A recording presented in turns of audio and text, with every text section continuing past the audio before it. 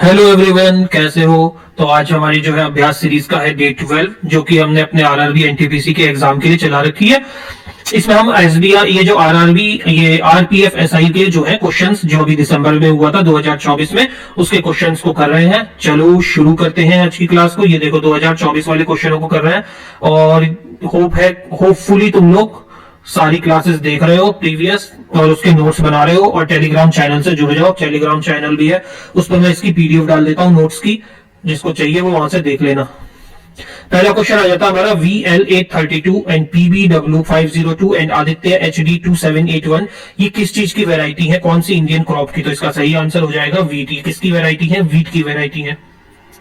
Second question आ जाता है हमारा, where was the joint military exercise Maitri 2024? मैत्री जो 2024 में हुई है, इंडिया और थाईलैंड की एक एक्सरसाइज है, ये कंडक्ट हुई है इंडिया और थाईलैंड के बीच में। कहां पे हुई है? तो ये कहां पे हुई है? फुकेट थाईलैंड में, बैंकॉक थाईलैंड, चिंगमय थाईलैंड या टेक प्रोविंस थाईलैंड।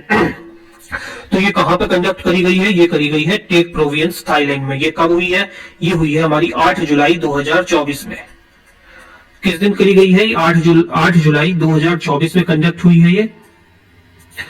चार्जिंग हिल गई। मैत्री, MAITREE, मैत्री 2024। ये जो है शुरू कब से हुई थी? स्टार्ट हुई थी ये 2006 से। 2006 से जो है ये स्टार्ट हुई थी योजना। एक मिनट, योजना कैसे हो सकती है? एक्सरसाइज, मैत्री एक्सरसाइज है आर्मी की। किस किस के बीच में होती है? इंडिया एंड थाईलैंड के बीच में। इसमें इस बार इंडिया की तरफ से कितने लोगों ने, हमारे सोल्जरों ने पार्टिसिपेट किया था? 76 जो थे वो थे लद्दाख स्क्वाड के। लद्दाख स्क्वाड से 76 थे और बाकी जो है दूसरे अदर प्रोविंसेस थे। ऐसे ही थाईलैंड से जो थे, थाईलैंड से भी 76 लोग जो थे वो रॉयल थाई आर्मी से थे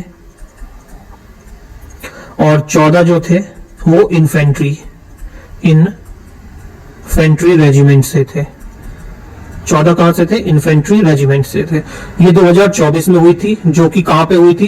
टाक प्रोविंस थाईलैंड में। और लास्ट जो हुई थी 2019 वाली, 2019 में हुई थी ये मेघालय में। कहां पे? मेघालय, इंडिया में। Which Carnatic vocalist was popularly known as the Nightingale of India? किसको जो है नाइटेंजल ऑफ इंडिया की उपाधि से कहा दी गई है? ये नाइटेंजल ऑफ इंडिया से कहा जाता है। कौन है? बाल मुरली कृष्णा, MS सुब्बलक्ष्मी, लाल गुद्दी जयराम या DK पटामल। इनका सही आंसर हो जाएगा हमारी MS सुब्बलक्ष्मी। देखो ऑप्शन से ही पता चल रहा है, नाइटेंगल है तो फीमेल ही होंगी, ऐसे भी लगा सकते हैं। नाइटेंगल ऑफ इंडिया किसे कहा गया है हमें? ये कहा गया है MS सुब्बलक्ष्मी जी को। ये जो है पहली ऐसी इंडियन थी जिन्होंने पद्म भूषण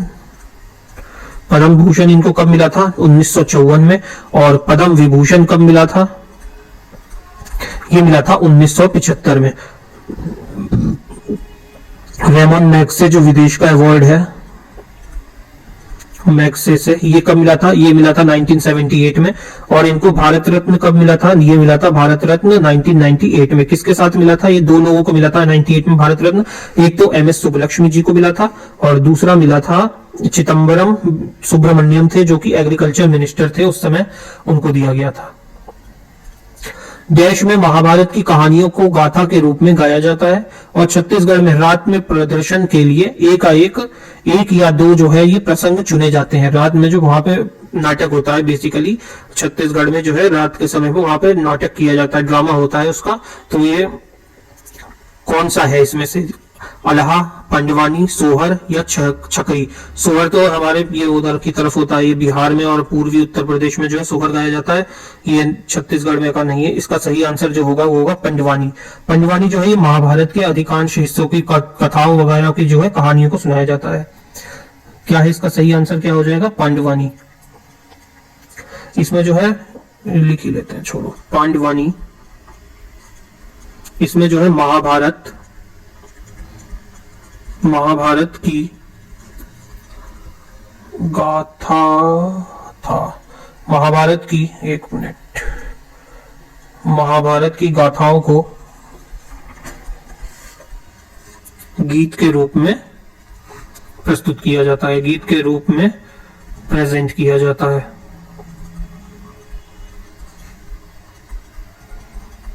जो भी वहां पे महाभारत की जो भी कथाएं थी सब अलग अलग थी ना, डिफरेंट डिफरेंट स्टोरीज को जो है वो एक गीत की तरह से या फिर गीत के रूप में और थिएटर के रूप में ड्रामा के रूप में, ड्रामा नाटक के रूप में जो है इसको प्रस्तुत किया जाता है। ये पांडवी जो है, पांडवानी जो है, ये पांडवानी ये दो टाइप की होती हैं।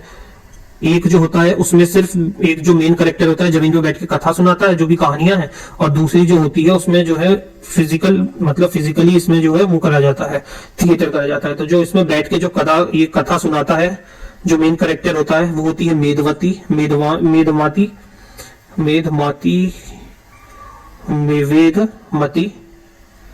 वो होती है वेदमती, और दूसरी होती है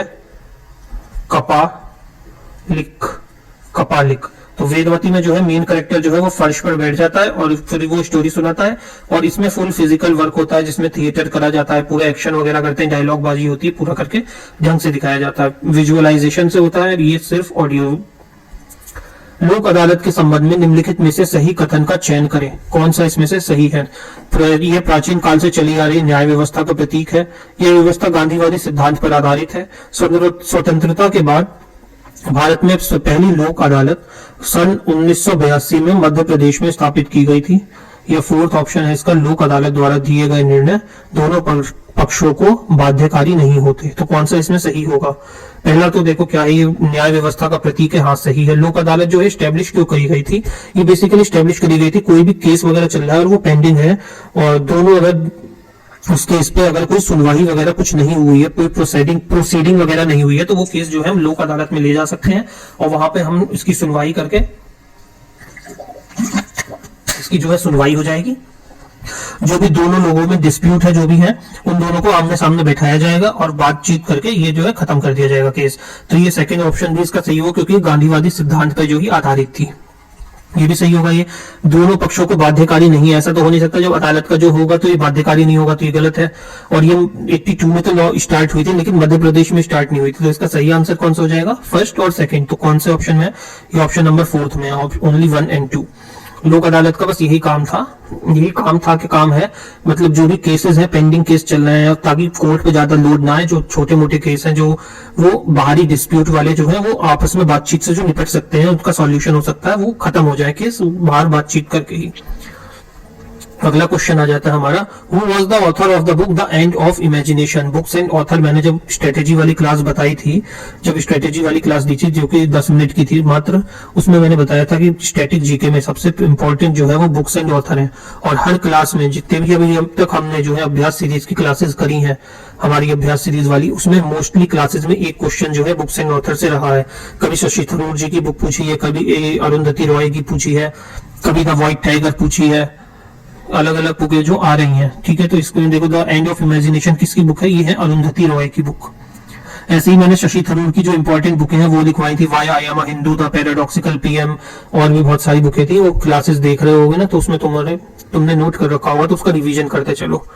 Which of the following is associated with strain? तो इसमें से strain से जो है रिलेटेड कौन सा है? strain क्या होता है? strain जो होता है वो होता है चेंज इन साइज या शेप। किसी भी चेंज जो होता है साइज या शेप में, जब हम किसी चीज पे फोर्स लगाते हैं, size in shape form all applied, पूरी तरीके से पूरी जान से जब हम फोर्स लगाते हैं, उससे जो होता है उसकी फॉर्मेशन में जो चेंज होता है, डिफॉर्मेशन होता है, उसे जो है स्ट्रेन कहते हैं। तो ये जो होता है ये डायमेंशन लेस होता है, मतलब इसमें एम एल टी, ये पता होगा तुम्हें, एम भी 0 होता है, एल भी 0 होता है, टी भी 0 होता है। एम से क्या होता है?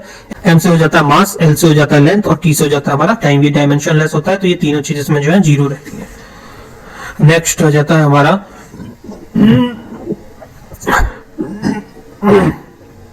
Sorry, where is the Lalitagiri Buddhist site is located? देख रहे हो, ललितागिरी बुद्धिस्ट साइट, ये मेरे को भी क्वेश्चन का आंसर नहीं पता था, जबकि मैंने जो है पूरे प्रीवियस ईयर जीके वाले वो खत्म करके पढ़ लिए हैं, बुद्धिज्म चैप्टर के करा दिए थे इस पे, और मैंने घटना चक्र वाले में भी ये करा है, घटना चक्र भी मैंने पूरा करा था, उसमें भी ये क्वेश्चन नहीं था। मतलब देख रहे हो कहाँ से पूछा है ये क्वेश्चन। कुछ ऐसे क्वेश्चन रहेंगे जिन्हें देख के हड़बड़ाना नहीं है। तो इसका सही आंसर क्या होगा? ललित गिरी जो उस बुद्धिज्म साइट है, ये कहाँ पर लोकेटेड है? ये लोकेटेड है उड़ीसा में। उड़ीसा की कौन सी जगह पे? उड़ीसा में जाजपुर में जो है ये लोकेटेड है।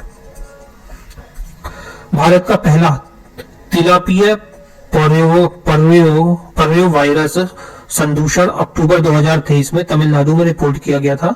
वायरस के मुख्य रूप से डैश को संक्रमित करता है। वायरस जो है मुख्य रूप से किस चीज को संक्रमित कर रहा था? बकरी, चमगादड़, मछली या बंदर? तो ये किसको संक्रमित कर रहा था? ये मछलियों को संक्रमित कर रहा था। और इसमें जो छोटा डीएनए वायरस है, ये जो है एक छोटा डीएनए वायरस है, ये एक छोटा जो है डीएनए वायरस है। और ये 2021 में कहां पे देखा गया? ये वायरस जो है थाईलैंड में। और 2019 में सबसे पहले मिला था ये कहां पे? चाइना में। सारे कांड जो करता है यही करता है। दो जगह मिल चुका है, एक बार 2019 में, 2021 में, और तीसरी बार जो मिला है ये इंडिया में मिला है। इंडिया में कहा? तमिलनाडु में मिला है। देखो इंडिया में मिला है पहला तिलापिया पर्वो वायरस, जो कि अक्टूबर 2023 में। अगला क्वेश्चन आ जाता है हमारा, भारत में निम्नलिखित में से किस प्राधिकरण के पास किसी व्यक्ति को नागरिकता को कुछ परिस्थितियों में समाप्त करने की शक्ति है? तो किसके पास है नागरिकता समाप्त करने की शक्ति? वो है हमारी केंद्र सरकार, दिल्ली सरकार, सर्वोच्च न्यायालय या कोई भी राज्य सरकार।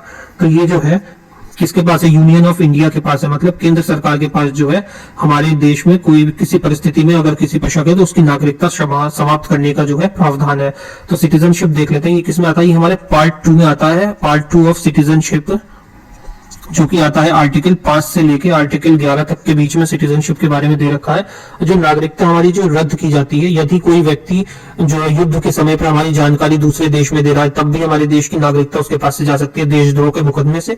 या फिर किसी ने दूसरे देश की जो है नागरिकता अपना ली है वहां की, तो उसकी भारत की नागरिकता चली जाएगी। या किसी को जो विदेश में कोई रह रहा है और उसको वहां पे 7 साल या 5 साल से ज्यादा की शायद सजा हो जाती है, तो भी जो है भारत की नागरिकता उसकी चली जाती है। उसने धोखाधड़ी की है देश के साथ, जब देश को उसकी जरूरत थी, कहीं वॉर वगैरह हो रहा था और यहाँ की इंफॉर्मेशन वो लीक कर रहा था प्राइवेट, तो भी वो उसकी नागरिकता चली जाती है। तो कौन करता है? केंद्र सरकार करती है। प्रधानमंत्री नरेंद्र मोदी ने जनवरी 2024 में खेलो इंडिया यूथ गेम्स 2023 के उद्घाटन समारोह का उद्घाटन कहाँ किया है? इसका जो है उद्घाटन कहाँ पे किया है? ये किया गया है चेन्नई में। कब से कब तक? 19 तारीख से लेके 31 जनवरी तक चलेगा। और ये 6th एडिशन है, इसका छठा जो है संस्करण है। पानी पीऊं यार, आवाज अटक रही है। कौन सा इसका छठा संस्करण है ये?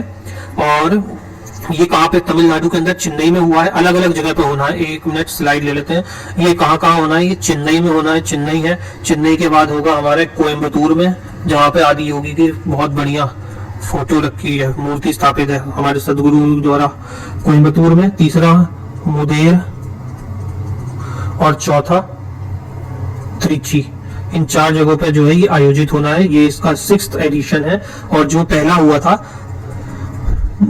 फर्स्ट एडिशन जो हुआ था वो 2018 में हुआ था। और इसमें विजेता कौन रहा है? फर्स्ट कौन आया है? फर्स्ट आया है महाराष्ट्र, जिसने टोटल मेडल 158 मेडल्स जीते हैं। इसमें से गोल्ड जो है वो है 57, सिल्वर जो है वो है 41 और ब्रॉन्ज मेडल जो है वो है 53। सेकंड कौन आया है? इसमें सेकंड आया है तमिलनाडु। सेकंड कौन आया है? तमिलनाडु। और थर्ड कौन आया है? हरियाणा।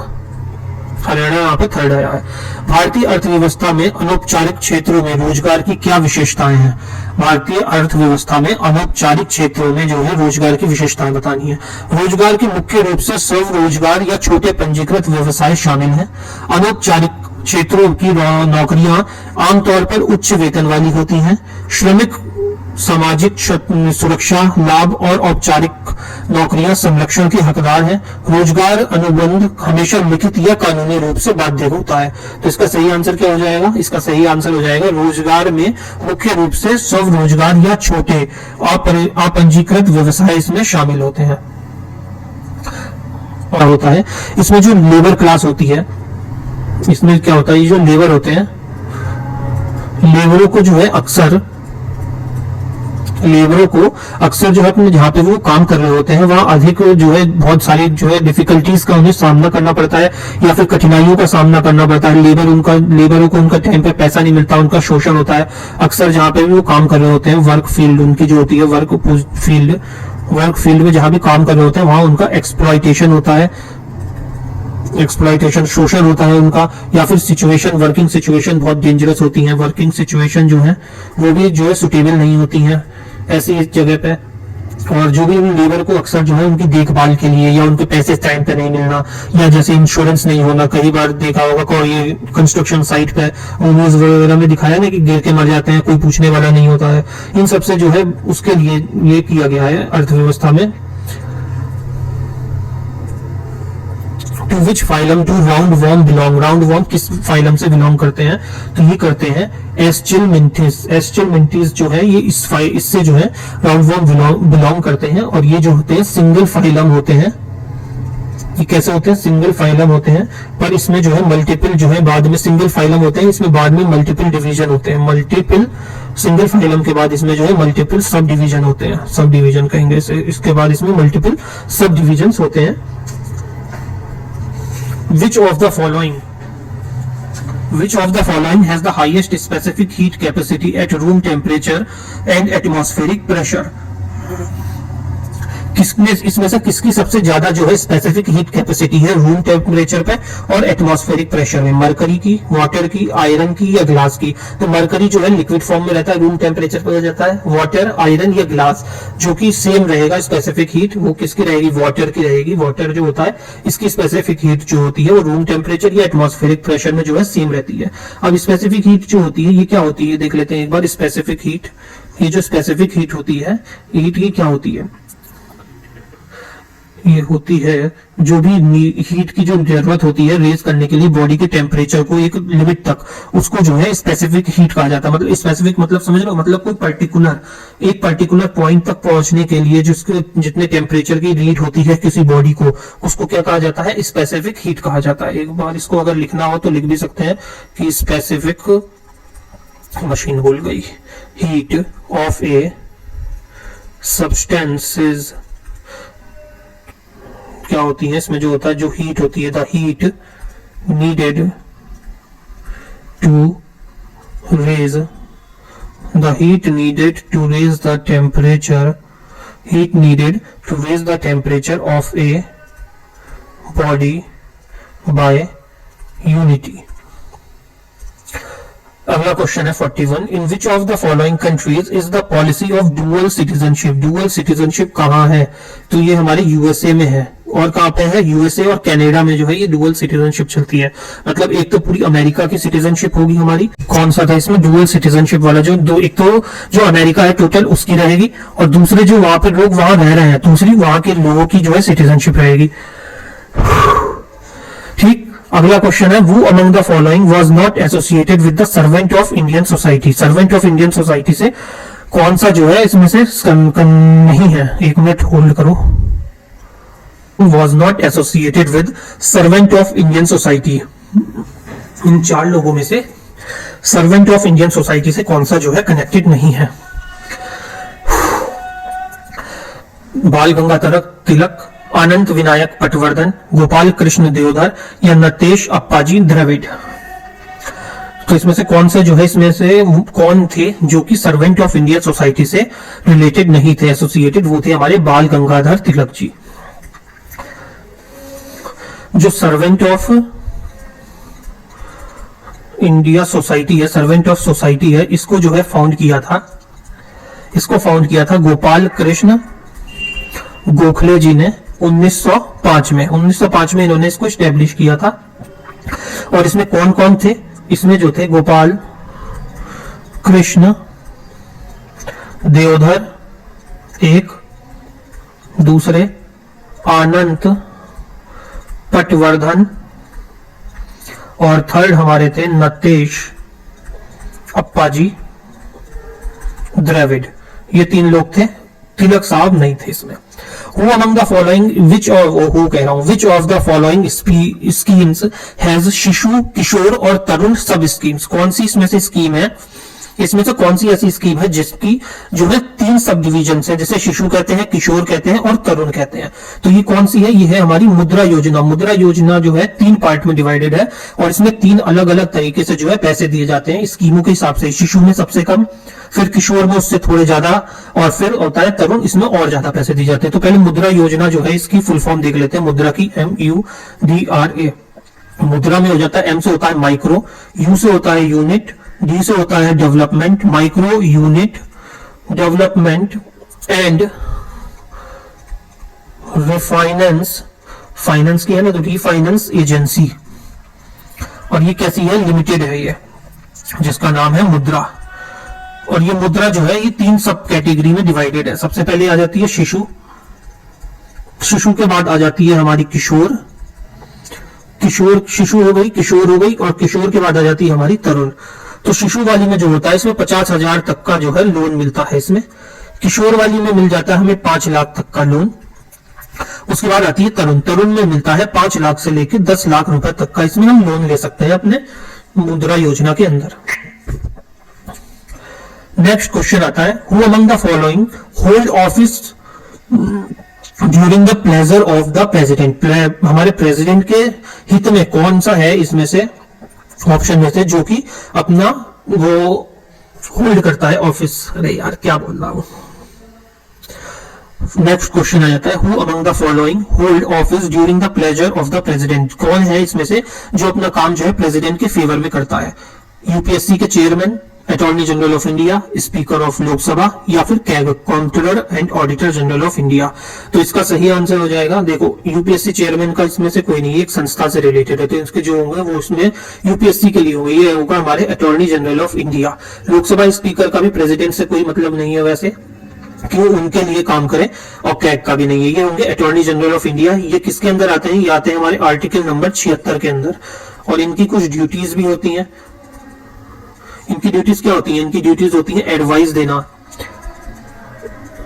एडवाइस देना गवर्नमेंट ऑफ इंडिया को। भारत के सभी न्यायालयों में सुनवाई करने का जो है इनको अधिकार रहता है। भारत के सभी न्यायालयों में ये जो है सुनवाई कर सकते हैं। ठीक, अगला क्वेश्चन आ जाता है हमारा, विच of the following article of Indian constitution guarantee protection against arrest and detention in certain cases. कौन सा आर्टिकल जो है वो गारंटी देता है कि हमारा जो भी हमें अरेस्ट हो रहे हैं या हमारे जो डिटेंशन के लिए जा रहे हैं उसके लिए हमें कुछ जो है आर्टिकल दिए हुए हैं, कुछ हमें क्या कहते हैं अनुच्छेद हैं जो कि हम अरेस्ट के समय पे हमें जो है काम आ सकते हैं, जिसके बारे में हमें पता होना चाहिए। तो किस आर्टिकल के अंदर आ जाता है? ये आ जाता है हमारा आर्टिकल नंबर 22 के अंदर, जो कि है हमारे पार्ट नंबर 3 में। इसमें क्या होता है, इसके कुछ सब डिविजन्स भी है, जैसे 1, 2, 3, 4। इसमें जैसे सबसे पहले आ जाता है कि कोई भी अगर कोई हमें अरेस्ट करने आ रहा है, इंस्पेक्टर पुलिस वाले, तो वो पहले आपको इन्फॉर्म करेंगे कि किस केस की बदौलत आपको उठा रहे हैं। दूसरा, इसमें हमें जो है 24 घंटे के अंदर मजिस्ट्रेट के सामने पेश करना है, और उस 24 घंटे में जो है हमें आने ले जाने का टाइम इंक्लूड नहीं होगा। ऐसे ही इसमें जो है ये डिटेंशन जो होता है वो अंडर द प्रिविलेंट लॉ के अंदर होना चाहिए, और इसमें एनिमीज जो है इसमें ऐसा कुछ नहीं रहना चाहिए। और जो होता है डिटेंशन हम लेते हैं वो 3 महीने से ज्यादा का डिटेंशन 3 महीने से ज्यादा का जो होता नहीं है डिटेंशन होना नहीं चाहिए। और जो इन्फॉर्म करेगा वो जो भी डिटेंशन हो रहा है उसके लिए उसको पहले इन्फॉर्म करना पड़ेगा। निम्नलिखित में से कौन सा कारक तटीय और अंतरिक्ष क्षेत्रों के बीच तापमान के अंतर में मुख्य रूप से योगदान देता है? कौन सा जो है कारक जो है मुख्य रूप से योगदान देता है? वो है हमारा ऑप्शन देखो, समुद्र में दूरी, महाद्वीपीय अक्षांश ऊंचाई, या महासागरीय धाराएं। तो हो जाता है हमारा समुद्र की दूरी, वेरिएशन ऑफ टेम्परेचर जो होता है इसमें। देखो तटीय और तारकीय, तटीय मतलब कि जो भी लैंड वाला है, और अंतरिक्ष नहीं होगा, ये जो लैंड और स्ट्रीम वाले की बात हो रही है, स्ट्रीम के टेम्परेचर की बात है इसमें। तो ये जो वेरिएशन होता है टेम्परेचर का लैंड और सी के बीच में, जो सी जो होती है वो जल्दी से हीट होती है, हीट जो होती ये जो होता है इसके बीच में होता है वेरिएशन। एक बार लिखो, variation of temperature of land and sea, variation of land and sea. इसमें जो होता है सी जो होती है, सी गेट्स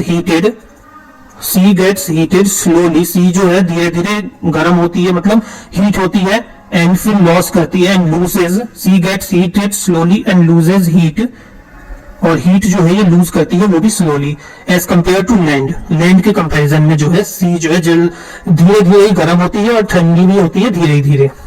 अगला क्वेश्चन आता है which food safety management system published in 2005 provided a framework for organization to manage food safety. कौन सा है? वो है हमारा ISO 22000। कौन सा है हमारा? ISO 22000। According to DSCI Seqrite Indian cyber threat report 2023 which of the following industrial sector have detected the highest number of malware attack spectrum. कहां पे सबसे ज्यादा जो है ये साइबर क्राइम के जो मालवेयर जो अटैक होते हैं वो होते हैं, किस पे होते हैं सबसे ज्यादा? वो होते हैं हमारे ऑटोमोबाइल इंडस्ट्री में। अगला क्वेश्चन है जो जूडो फेडरेशन ऑफ इंडिया है इसने कंडक्ट किया था एक सीनियर नेशनल जूडो चैंपियनशिप 2023-24 में in the month of October. कहां पे किया गया था? ये किया गया था जयपुर के अंदर जूडो फेडरेशन ऑफ इंडिया ने, जो भी सीनियर नेशनल जूडो चैंपियनशिप है 2023-24। अगला लास्ट क्वेश्चन आ जाता है हमारा according to sustainable development approach which of the following strategies is essential for rural development. कौन सी स्ट्रेटेजीज जो है वो एसेंशियल है रूरल डेवलपमेंट के लिए? तो देखो ये होती है हमारी integrity environmental sustainability with economic development. Integrating environmental sustainability with economic development ये जो होती है इसकी। ठीक है, यही आज तक की क्लास थी। अगली क्लास में मिलेंगे, तब तक के लिए जय श्री राम। मिलते हैं नेक्स्ट क्लास में।